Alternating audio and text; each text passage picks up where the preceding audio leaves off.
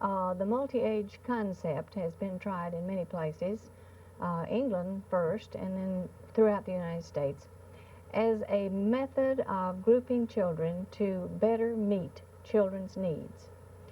We went into it in Dallas because we saw 6-year-olds coming into school that were not ready for formal academic work.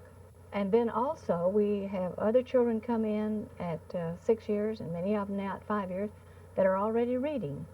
So this was our way of attempting to take care of all children and their needs.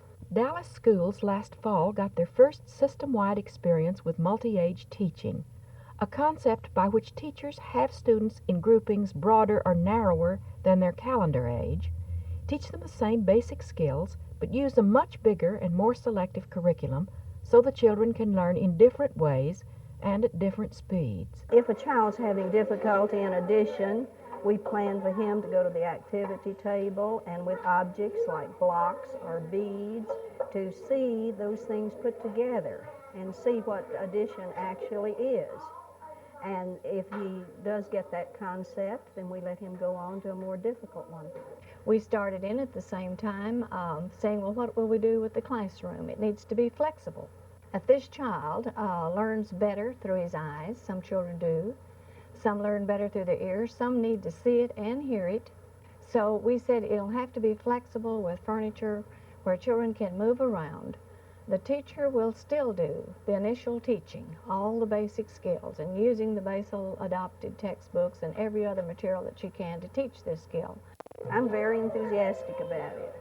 I feel like it is the program that is most beneficial to the child of today. For 5-year-olds, it's great. For 6-year-olds, it's not as good as it could be. And I say that because the 5-year-olds are getting a head start, whereas the 6-year-olds are really starting where they would have started ordinarily. I think we have a chance this year to test out the multi-age curriculum independent of multi-age settings. So we'll be able to tell whether or not the curriculum is teaching the kinds of objectives and goals that we want to teach to. Multi-age went into Title I schools 3 years ago and was to have had a total of 10 years to be worked into the rest of the system. But the state's mandatory Kindergarten Act last summer put unexpected masses of 5-year-olds into Dallas schools, so multi-age was offered to any principal who wanted it. To use this curriculum to be sure each child is learning what he must, to record his progress and tell his parents about it, requires almost a one-to-one relation between teacher and student, consequently lots more work for the teacher. This has caused some concern. It's overworking the teacher. The teacher does not have as much time to individualize as she possibly could. I would say it takes almost twice as much time.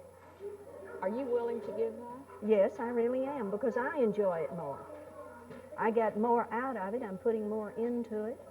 And it's more enjoyable to me, the varied activities that the children engage in. I mean, when you attempt to individualize, you're going to get students moving at variously different paces, and teachers just don't know that much about how to do it unless they've been through some kind of training and practice in doing that. If we could eliminate some of that paperwork that we have to do, if Dallas would specifically assign teachers to classes, and I don't mean that staff development time that we have on Friday afternoons, because a 2-hour session is not long enough. I'm sure that the system could be made more efficient for the use of the teacher, and I'm sure if the teacher had more practice in the system that she would find less trouble with keeping track of all the students. Well, we hope that each child that we have in the Dallas system will be able to do the very best that he's capable of doing. Would you change back to the old way? I would certainly hate to.